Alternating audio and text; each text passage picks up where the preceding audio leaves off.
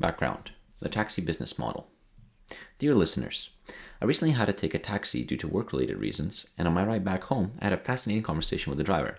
I say fascinating conversation, but the poor driver had to live through my interrogation as I tried to sustain my curiosity and bombarded him with questions.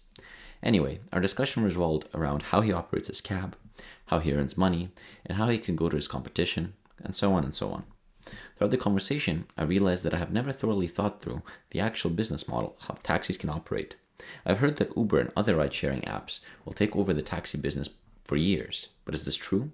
Let's take a look and try to come to some conclusions. Brief history. Well, the wheels of everyday life come off the rails is the taxi that gets us back on track. I know, cheesy.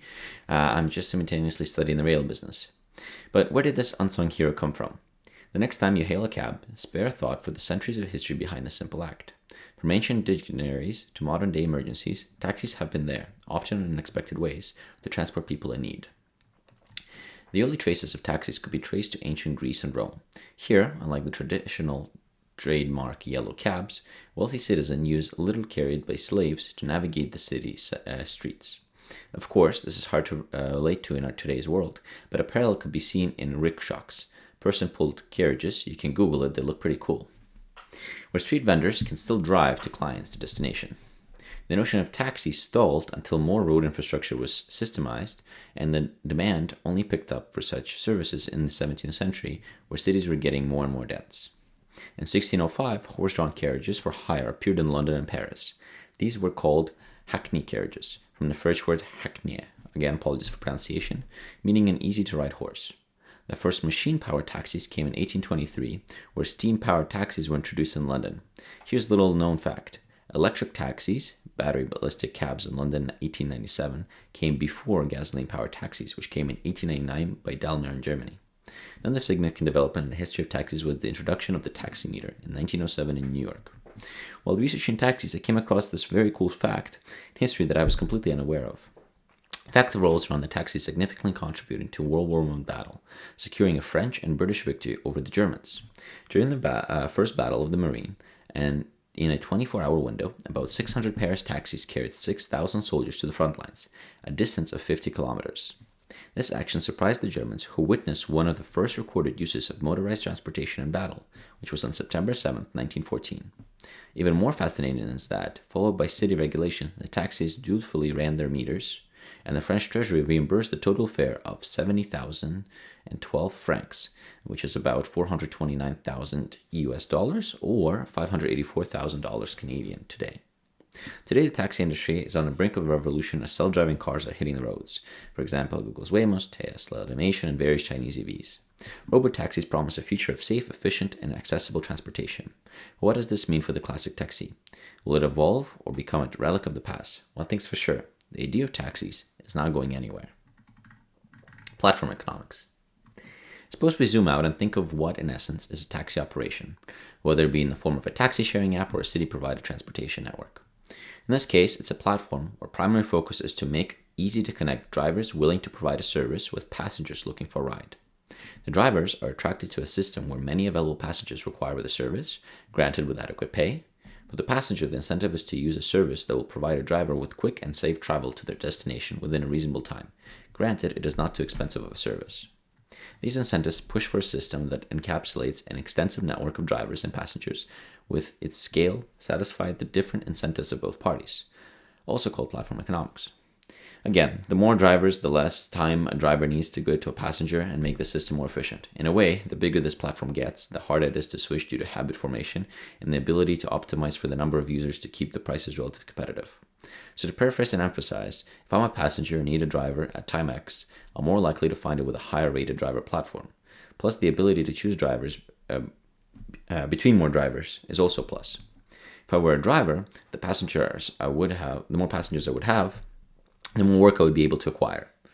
Other things to keep in mind with the platform is multi-homing is common, which is when users concurrently use multiple alternatives, such as taxis and Ubers.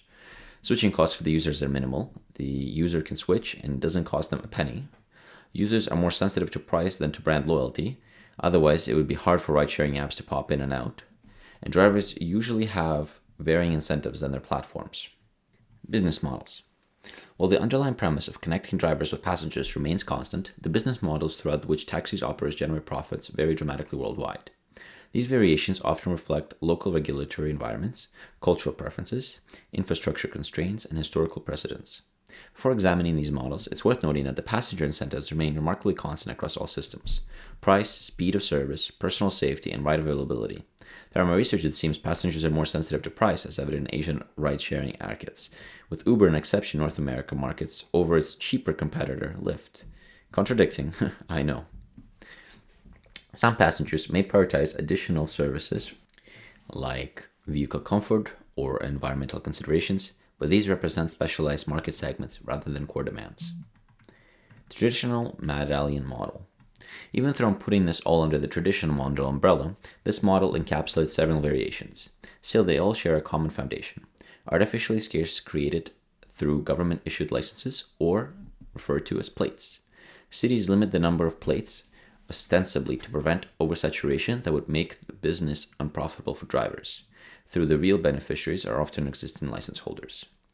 The business model is relatively straightforward. In a typical mid-sized North American city, a driver might pay $1,000 or $2,000 monthly for plate rentals, then earn revenue through metered fares. The profit equation looks something like this. Driver earnings is equal to meter revenue minus gas minus maintenance minus plate rental minus insurance minus vehicle depreciation and minus taxes.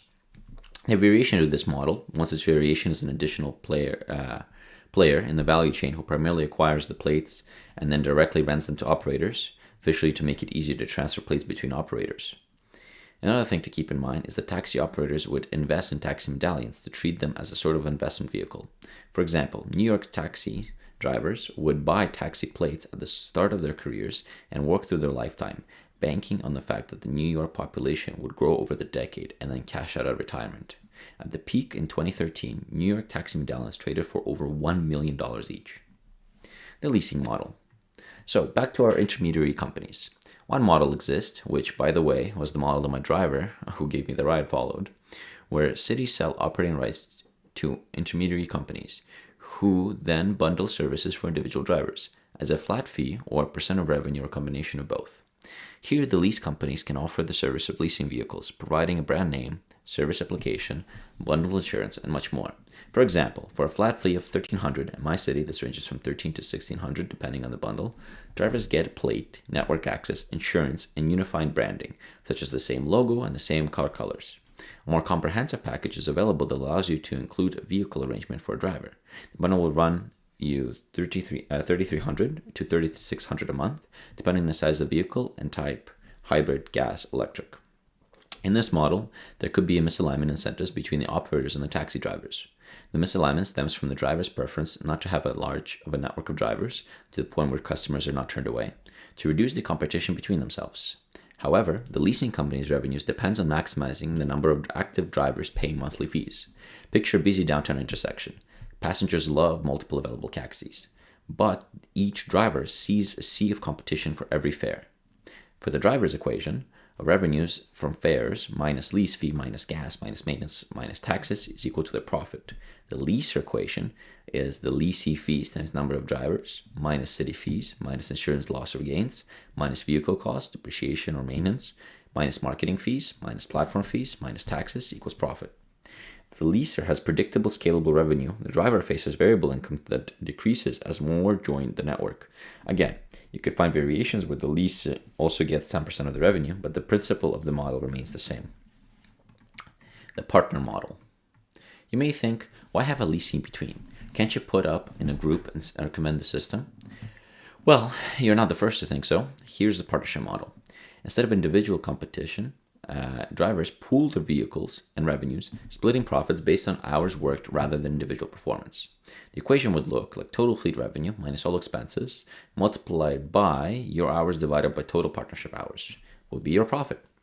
While elegant in concept and works great in theory, partnerships face classic fee ride problems. When individual effort doesn't directly correlate with individual rewards, and you can't physically oversee everyone's efforts, maintaining motivation and accountability becomes challenging. Every partnership handles this differently, but the foundation tensions remain. The ride-sharing model.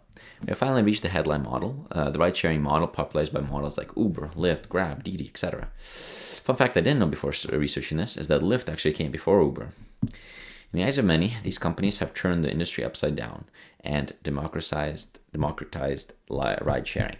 Many have also now horizontally expanded into delivery service applications. The general pattern for ride sharing operators' incentives follows the following structure. They want to maximize the number of rides by growing both drivers and passenger networks. They want to minimize the cost paying to drivers as little as possible, keeping them still engaged in the system. Maximizing revenue by charging passengers as much as you can without driving them away. Strategies like using dynamic pricing or including extra fees. Export all operational risks such as vehicle ownership, insurance, maintenance, and accidents to the drivers. Avoid capital intensive assets like vehicles, fleet, or physical dispatch centers. Maintain a legal distance from employment relationships to avoid regulatory obligations. Have a unified information system to keep costs low and provide scalable infrastructure. The driver's instincts remain the same. As for their equation, the platform is total ride fees multiplied by platform commission minus technological costs minus marketing minus regulatory legal equals the platform profits. The driver equation is the platform payment per ride times number of rides minus gas minus vehicle maintenance, insurance minus depreciation minus phone data plans minus taxes will be all profit up to that.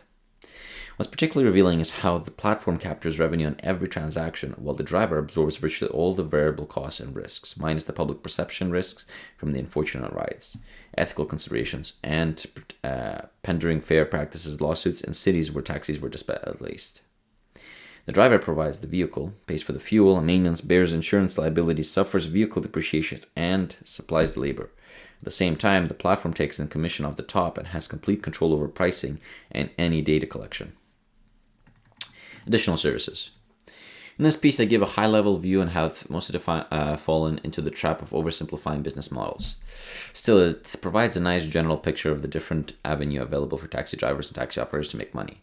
There are, however, other value-added businesses that sometimes get integrated into taxi businesses. Such examples luxury and chauffeur services, personal drivers, luxury cars, discrete services, special requests. There's nothing to grant that taxi operators could not provide, of course with the caveat of a premium price. There is advertising revenue. We all have noticed advertising on the side of buses and railroads. In many cities worldwide, many taxi companies also supplement their fare income with advertising on vehicle exteriors, interior screens, and even receipts. For the taxi companies, this doesn't cost much beyond ensuring their inventory, their cars maintain a reasonable brand image of cleanness, etc.